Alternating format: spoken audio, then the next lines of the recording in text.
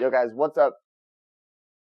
Yo guys, what's up? Corey the Sandman Sandhagen here. Welcome to the channel or the station, whatever it is that you want to call it. We're still on the fence about what we're going to call it. But today, guys, I want to give you guys a little bit more of these, food for thought ideas, because I do know that whether you're participating in martial arts competitions or whether you're just, trying to be a lot better of a dude or whatever, I want to help you guys out a little bit, okay? Not trying to start a cult. I'm not trying to be Andrew Tate here, okay? I just want to give you guys a little bit of advice from me as far as what I've learned through, the really pretty long career that I've had in the UFC and in MMA in general, and, give a little bit back to you guys. So today, I want us talking about how to deal with fear, because I know it can be obviously really challenging. Like, dealing with fear is not the most fun thing in the world. It's something that I've had to deal with a lot, because when you care about something a lot, it comes with a lot of stressors. Okay, so let's get into it. Make sure that you guys like and subscribe. Make sure that you guys like and subscribe. Let's get into it.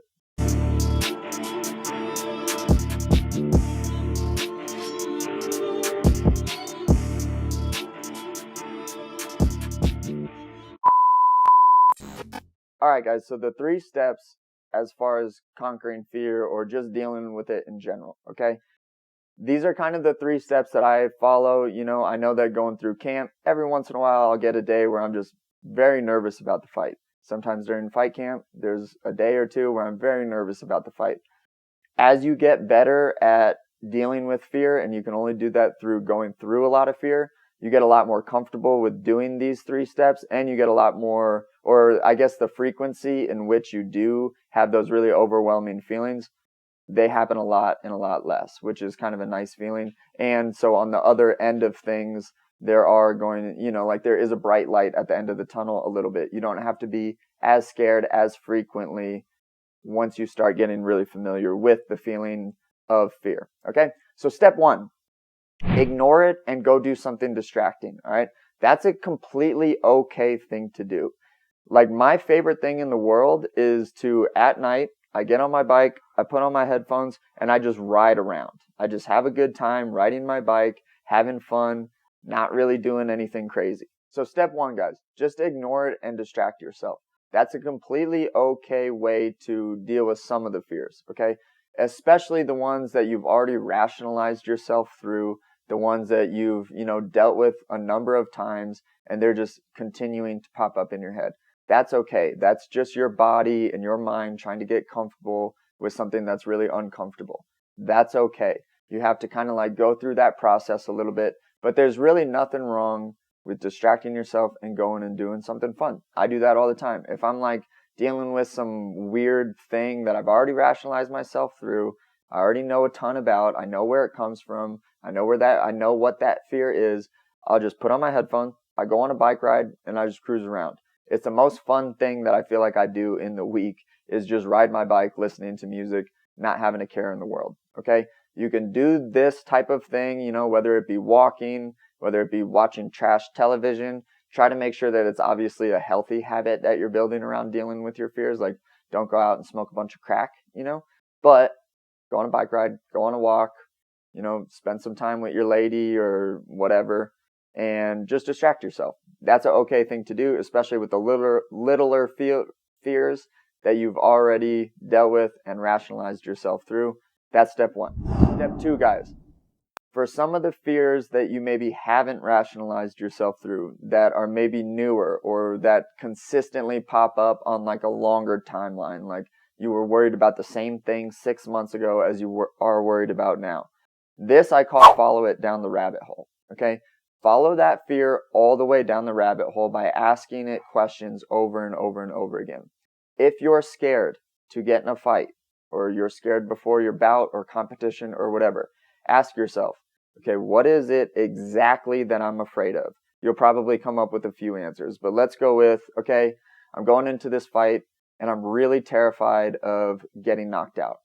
Okay, from there, ask yourself why you're afraid to get knocked out. Okay, well, I'm afraid of getting knocked out because I lose, or because it's embarrassing, or it's a combination of both. Now ask that question, why would that embarrass you? Why does it embarrass you to get knocked out? Okay, well, because my friends are going to see, they're not going to think I'm cool. You know, they're going to think that this is a giant waste of time and that I'm a big loser and that all those hours that I spent at the gym were just a waste of time because I just went out and lost something that I was getting ready for a really long time, which would definitely suck. But ask yourself why you're afraid of that. And it's like, well, I'm probably afraid of that because I don't want to be a loser. I want all of the hard work that I did to pay off. Ask yourself why that's the case. And just follow this thing down the rabbit hole, and you will really find a lot of interesting things about yourself. Like for me, for example, I'll get a little bit vulnerable here, okay? Because it's kind of a little trendy now, too, to be like a vulnerable dude, all right? I was really afraid of being embarrassed, okay? I don't like being embarrassed. When people embarrassed me, it bothered me. So I had to ask myself, like, what insecurity is driving that fear of me being embarrassed?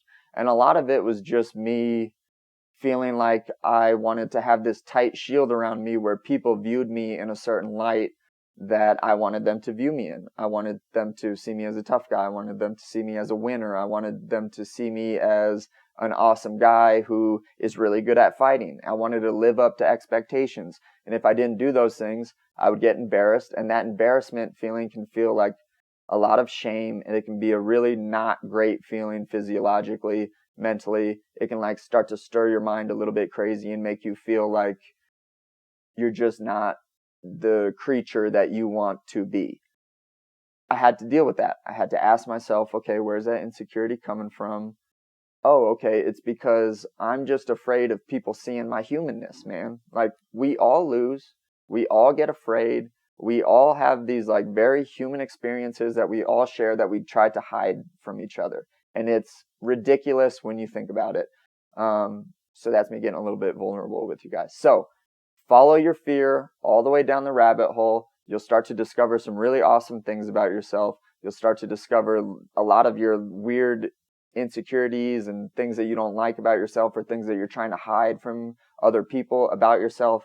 And it's going to make you an awesome person. It's going to make you an awesome fighter and a better competitor because you know yourself better. There's some like really smart quote by that. Know thyself and beat thy enemy, or whatever it is. Okay? Step 2, follow your fear down the rabbit hole. Step 3, guys. Sometimes you just have to allow it to pass. Okay?